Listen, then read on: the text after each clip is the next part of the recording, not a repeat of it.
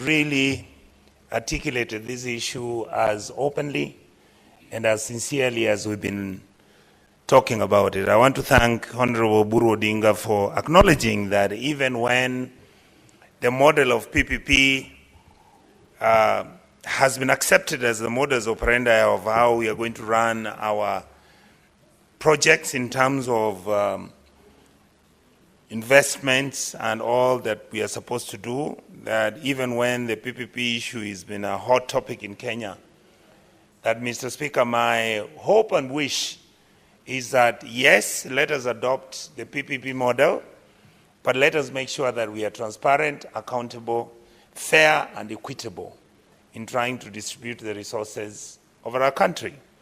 Number two, I want to thank my colleague, my young Senator Eddie Okech, one of the very able individuals in this House who has contributed quite a bit, and I sit with him in the Finance Committee, and I'm proud of him, and I'm happy the issues he has raised are quite substantive, and many people may not see them. My leader, my friend, my brother, Honorable Okiya Omtata, Kenya will vindicate you.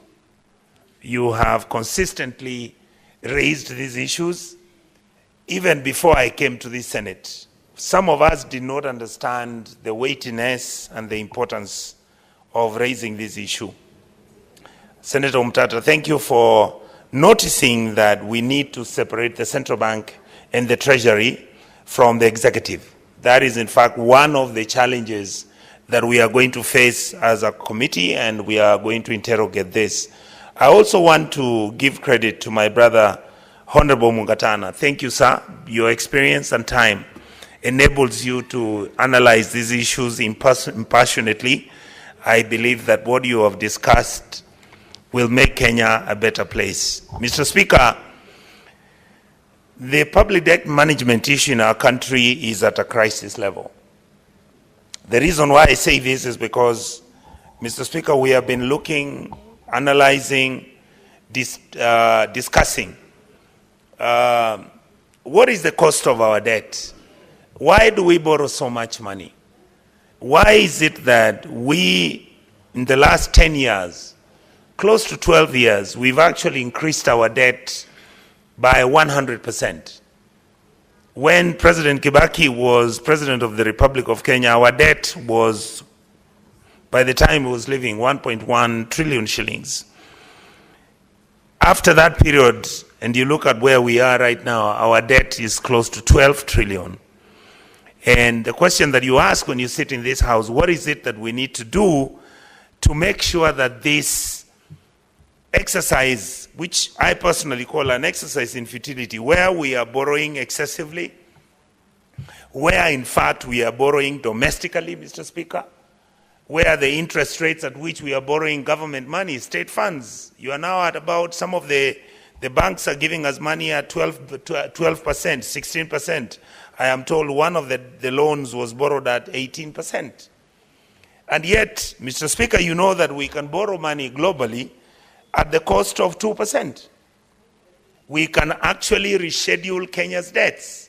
All of them, all our debts can be rescheduled. We can go to the international money market. We can borrow at interest rates between 2 and 4%. And we can pay out all our debt, stock of debt, and make sure we begin afresh.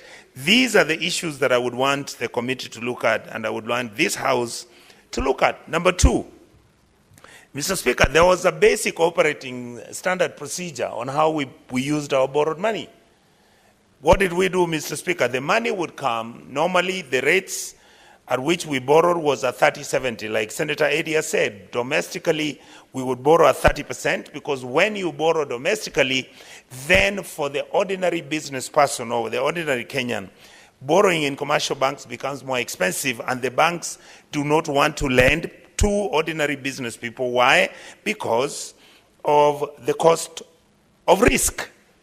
The risk of where a commercial enterprise might borrow money and not deliver. So what happens is that commercial banks prefer when bills, bonds, and stocks is what they trade in, and the government is very comfortable at that. Why? I'm sure my brother AD and many other leaders here have talked about it. When you go and negotiate with a commercial bank and you are borrowing $1 trillion shillings, and this commercial bank is actually giving you this money at a certain percentage, information and data gets to us where people in government will go and negotiate with some of these commercial banks, and they will even enable these commercial banks, after they have borrowed money for the government, to allow the commercial bank to do overnight lending, where interest rates are delivered, are earned, and we never discussed these issues openly until recently when Okiya Omtata started discussing it. Why do we borrow? Mr. Speaker, we borrow because sometimes our budget has got gaps. Previously, the Kenyan government position, if you look at when Saitoti was the Minister for Finance, come up to President Kibaki and move on, you will realize that we were borrowing when we would need a stopgap measure where we would borrow most probably 5% or whatever that the balance was, and then our budget would be balanced, and we would keep on moving as the economy was growing. What happened? Now we borrow for big projects. We borrow for those projects where billions and billions, not Kenyan shillings, billions and billions, Mr. Speaker, of American dollar funding is what we are dealing with. As a result, the money that was supposed to deal with the basic issues of our governance, basic issues of our very existence. How do we handle the health sector? How we are handling our education? How are we handling our agriculture? The very basic sectors of our economy that are meant to deliver for the Kenyan public. We then decide, no, we are going to take this money and do these big-time projects. Why? Because the big-time projects is where we get our kickbacks. That is where we generate our revenue by arguing and saying, no. You don't have to spend any money in farming. Look for something big that you can do, so that then that is where the money is shared, and that is where we really don't even have to work very hard about this. Why? Because even if we borrow, we'll be able to pay this money anyway. The problem we have, soon, we are not going to be able to pay this money because we are at 68%. If by next year we are going to borrow another 1.2 trillion like we did last year, the reality is soon we are going to be at 90%, and then after that Kenya will just become like Thailand. We will not pay our debts back. We will not be able to pay salaries. The economy will just become an economy. It will become a supermarket. Essentially, what does a supermarket do? We become consumers. Then you don't have to worry about agricultural development and growth. You don't have to worry about your health sector. In fact, we as a people will then now begin thinking about, are we taking our patients to Rwanda, which is a country that is operating their health facilities better than ours? Or are we going to educate our children in Rwanda, where the kids are going to school achieving the grades they want? The educational sector is actually teaching mathematics. And what do we do in our country? We are now saying we don't even have to allow kids to learn maths. Mr. Speaker, I would like to make a passionate plea to my colleagues in this House. The responsibility of fixing the mess we are in falls particularly on this House. Our country has a problem. We are not able to transform this country from a low-level, low-income developing country into a mid-level, upper-level developing country. We are slowly going to go back to where we used to be, an underdeveloped country. A country that depends on its revenues so that it can govern itself on a daily basis. We are not going to be a country that invests on those sectors that are going to change the livelihoods of our people. We are not a country that is willing to tackle the issues that are important. We must make the central bank to be independent. We must make the treasury to become advisory, so that the treasury's responsibility is to advise the president on what the economic issues are on a micro basis and on a macro basis. What do we do with interest rates? What are we doing with investments and savings? Why is investment in Kenya becoming a problem? Why are countries moving out?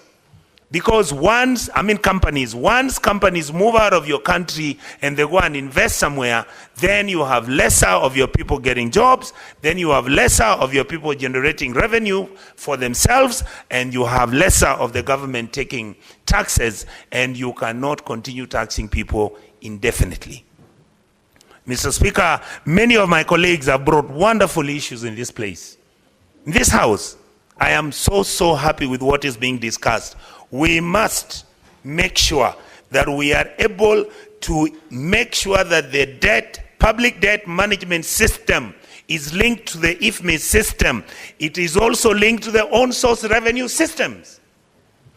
How can you have a financial platform in your country that only deliberately has been cut into sections and bits and pieces because it makes it easier for those who are cutting deals and making money out of these state resources to do it without it looking seamless? And yet in reality, we are not seamlessly managing our debt and revenues, and yet we are seamlessly managing the stealing of those revenues and the resources. Mr. Speaker, I would like to insist that yes, the automation must be done on even how the withdrawals of payments for the repayment of the debts that we have. And yes, like Senator Eddie Okech has said, why don't we know what the debt stock in our republic is? You have the Auditor General giving you a different figure. You have the Controller of Budget giving you a different figure. You have the Budget Committee, the Finance Committee, when we were sitting the other day, the figure we are having of 12 trillion. I believe that our debt right now is at about 14 trillion. Can we get this committee, the Finance Committee and this House, to make sure that all those 4 institutions are called and we are able to, even if it means, Madam Speaker, we are able to get a forensic audit to be done so that historically we can even know how much money we borrowed, where did the money go, who spent that money, all the Eurobonds we have gotten, how much money has been used to pay debt as we speak. And you know what is very interesting, Madam Speaker? Even when we are paying the debts, our debt never goes down. How can you pay 800 billion of debt every year and yet the debt which you have of 12 trillion never goes down? It means the debts are actually not being paid. It means money is being siphoned off from the international money market, and we are told that this was collected so that we can go and pay our debts, and yet in reality, Madam Speaker, what actually happens is that this money cannot be accounted for by any of our institutions that we have set up to guard what is happening in our country in terms of financial management. So, Madam Speaker, I would like to really plead with the committee and members of this House, and I can see we are now slowly beginning to have a critical mass. Let us make sure that we know how much we are borrowing. Let us make sure we know where the money goes. Let us make sure what we can do. Let us, in the process of achieving this, let us make sure that whatever money that we borrow is utilized fairly, equitably amongst all our counties. And let us make sure, Madam Speaker, that Kenyans begin to trust government. If we don't have an open government, even if the head of state sings from morning till evening, begging Kenyans to raise taxes for him, they will refuse. Why? Because they feel that we are not being open enough and we are not telling them the truth as to what is happening to their money and what is happening to the money that is borrowed for development for our country. Madam Speaker, I would like to say another issue. I have watched what is happening in our country, and I've seen this for quite a long time. And the reason is I've been around for a while. Unless we change the way we behave, unless we change the strategies that we use, unless we change the socio-political, economic behavior as leadership, we are taking our country in the wrong direction. Why do I say so? We have a country. You expect what runs the economy of this country is the private sector. The private sector, the small businesses, the big businesses, the mix between MDGs, all these groups, when you put them together, that is the engine that is supposed to drive our economy. But you see, Madam Speaker, right now in Kenya, our economy is being driven by the national government. That is why everybody wants business in government. That is why everybody wants to do deals in government. That is why any transaction you see, everybody would want to own a piece of land owned by government. Everybody would want to have every single transaction we are conducting today is actually about government. How I plead with my colleagues here that we change that to the point where we agree that the private sector is going to be the driver, is going to be the engine that is going to change the country, the direction it's going. That we have an economy that grows, the cake becomes bigger, we are responsible how we use our donor funds, we are responsible how we use all the money that we borrow, and we are responsible how we use the taxes that we collect from Kenyans. And Madam Speaker, my honest observation and honest feeling is that we are failing on all those gaps. And therefore, I would like to say that what works, let us follow it up. Let us make sure that our GDP ratio to debt and to borrowing should come down to 50-50. And let us make sure that when we borrow funds, we borrow externally, because money is cheaper at the international money market. We can go 70-30 as we have always been. And I had Honorable Uhuru Odinga mention, and it's true because of the institutional memory. He was in the treasury. There was a time when the Kenyan government borrowed any money, Madam Speaker. 30% of that money was grants. 70% is what we paid. And the loans were concessional, the loans were long-term, the loans were very soft. That is how you change and develop the development areas in our sectors. Madam Speaker, I would like to finally say that there has been this argument historically, which started about 10 years ago, that all the money we get, whether we borrow it or domestically, what we want to do is make sure that we actually use this money to do mega projects, where you want to spend 500 billion, where you want to spend 150 billion. Madam Speaker, Kenya just needs for us to fix the health sector, fix the education sector, make sure that we fix the basic roads. Basic roads. Make sure that there is an ease to do business. Make sure that the Kenyan public appreciates that our education is running well, that we are funding university students well, that the primary school must. Why can't we give free education, Madam Speaker, to our poor people in this country? Why? Because Kibaki did it. He was using 72 billion to take primary, secondary, and university students for free education. Right now, the Ministry of Education is given 640 billion shillings. And we can't give our children free education? And we borrow this money? We are spending 640 billion shillings for the education sector. And we are not able to give free education to our students. And you hear all these things about who prints books, where the money is going. I mean, Madam Speaker, for us to fix our country, yes, this House can come up with the recommendation, but unless we have structures and institutions that are going to be the defense mechanism we use about our bad behavior, we will not go anywhere. Why? Because, Honorable Mutata, you notice every single time in our republic, at least, I'm so happy it's been like nearly a week that you have not seen a scandal. There is scandal after scandal after scandal about public money. Can we stop the abuse, the misuse, the wastage of public funds so that we serve the Kenyan public with the dignity they deserve, so that we can leave a country that is better than we found it?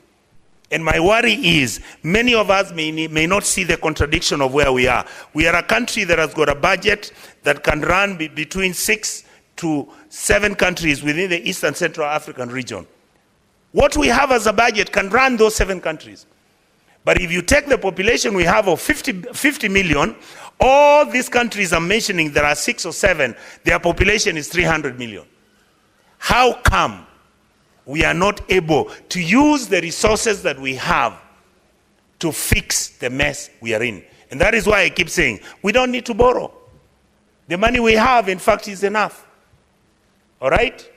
Why is the money not enough? We keep on having ghost workers. We employ teachers. We don't know who owns the... Time up, Senator. Thank you. Okay, half a minute. You finish the sentence. Yes.